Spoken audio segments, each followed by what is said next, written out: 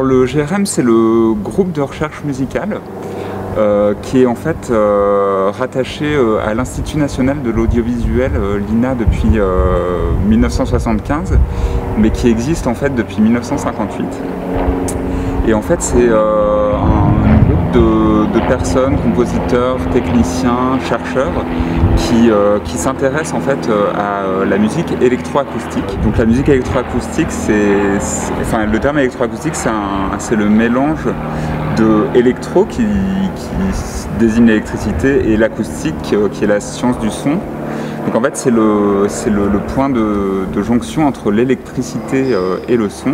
Et donc en fait la musique électroacoustique, c'est la musique qui va chercher à tirer parti en fait des techniques d'enregistrement du son, de diffusion et aussi de transformation en fait pour composer une musique qui n'est plus faite de notes écrites sur une partition, mais qui est faite justement à partir de sons enregistrés et créés et manipulés.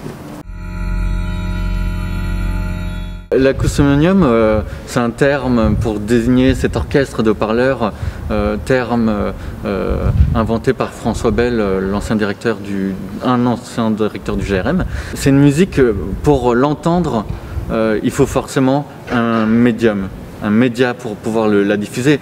Et le seul moyen d'entendre une musique électroacoustique, c'est finalement le haut-parleur. Et dans les années 70, François Bell a imaginé ce concept, si pour entendre un orchestre, il faut avoir les musiciens et un orchestre, pourquoi pour entendre de la musique électroacoustique, on n'aurait pas nous aussi un orchestre de haut-parleurs? Et c'est une idée qui se développe depuis les années 70. On a ici eu la chance de venir installer un petit acousmonium. On a un peu moins d'une quarantaine de haut-parleurs, d'enceintes différentes, et qui nous permettaient de diffuser ces musiques dans des conditions très particulières, parce que c'est la première fois où le GRM dernièrement joue dans un cloître, où on joue en extérieur. C'est assez rare pour nous parce qu'on joue la plupart du temps dans des salles de concert traditionnelles. Et il a fallu penser à une programmation artistique qui nous intéressait, mais également un dispositif acousmonium pour avoir quelque chose d'intéressant à rendre comme perception musicale. Ça reste toujours une expérimentation. On installe, on a une idée du dispositif qu'on installe, et après avoir écouté le rendu musical sonore du dispositif dans le lieu que nous ne connaissions pas, on va l'adapter, on va déplacer les haut-parleurs, on va jouer un peu sur l'orientation des haut-parleurs pour affiner finalement la perception de la musique que pourraient avoir les auditeurs, les spectateurs. Et l'avantage de cette musique, c'est que tout peut être source d'inspiration.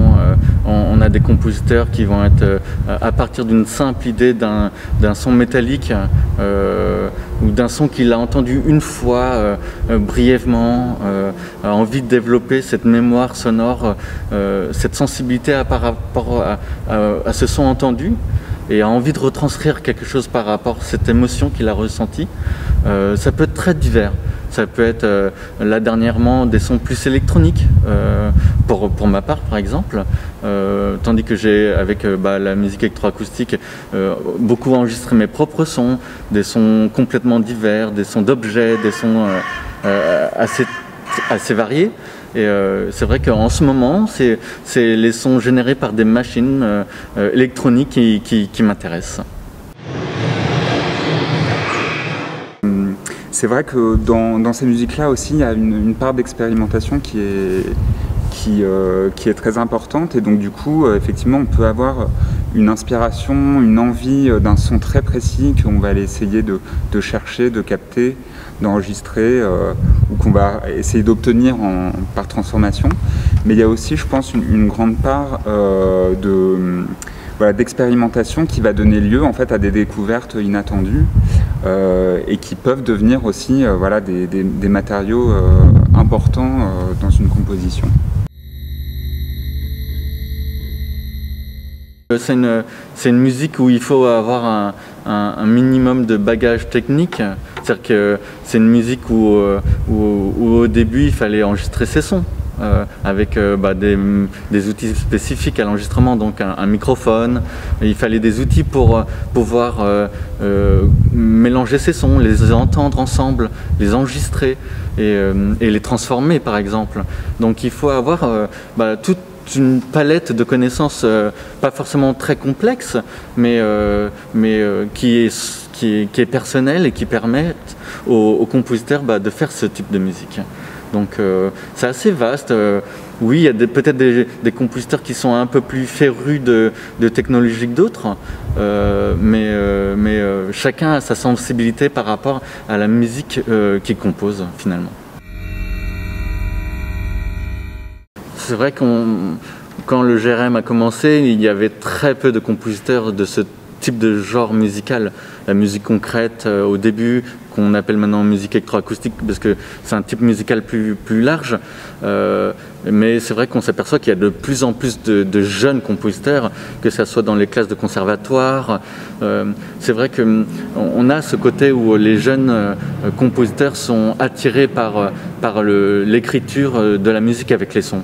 Pas uniquement avec des sons instrumentaux, avec des instruments comme on est habitué entre guillemets à entendre, mais cette ouverture de la palette sonore, cette richesse qu'on n'aurait pas avec les instruments, on a la chance que les jeunes, par leur culture, par ce qu'ils écoutent, passent outre ce qui génère le son. Ce qui est très important dans cette musique, c'est l'utilisation du son tel quel, pour écrire de la musique, pour composer de la musique. Il y a aussi une nouvelle génération de compositeurs qui, notamment grâce à la démocratisation des outils de production audio, viennent d'univers assez divers. Et donc il y a bien sûr les conservatoires et les classes de composition, mais aussi de plus en plus, il y a des profils plus type ingénieur du son qui font des études plus techniques, mais qui vont être sensibles à tout ce travail sur la matière sonore qui est réalisable grâce aux outils qu'ils vont utiliser par ailleurs pour des tâches plus techniques.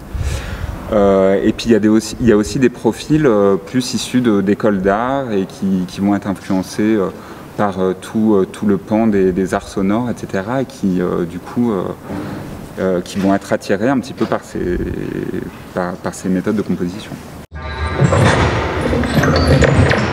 C'est vrai qu'on s'aperçoit que beaucoup de gens se laissent porter par l'écoute. Chacun a son imaginaire par rapport à l'écoute d'une œuvre électroacoustique. Des sons vont nous parler beaucoup plus à moi qu'à Jules, par exemple. Et on va s'imaginer cette musique. Les émotions seront peut-être différentes entre la perception d'une œuvre pour moi et pour Jules, mais l'idée c'est d'avoir ce dispositif et rendre de l'âme à la musique déjà composée. Les jeunes écoutent beaucoup par exemple le casque. Les gens sont très habitués à écouter de la musique maintenant de manière différente. On n'est plus assis à la maison à écouter sa chaîne hi-fi comme on le faisait. L'évolution de la technologie a permis aux gens d'écouter grâce au téléphone portable de la musique, la radio dans la voiture par exemple. On a des conditions d'écoute qui sont complètement différentes. Avant la musique électroacoustique, on va dire la musique concrète, pour écouter de la musique, avant l'électricité je veux dire, on écoutait de la musique en allant à un concert, écouter un musicien jouer d'un instrument. Maintenant, on peut écouter de la musique chez soi, devant une chaîne hi-fi, avec la radio, et on peut venir en concert écouter, avoir cette expérience sensorielle d'écoute complètement différente.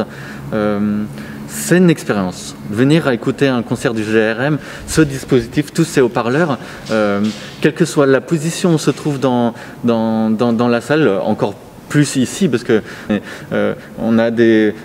n'y a pas de position idéale. Il y a plein de positions. Et l'idée, c'est que les auditeurs, que les spectateurs qui viennent ici puissent partir avec leurs propres souvenirs, expériences du concert.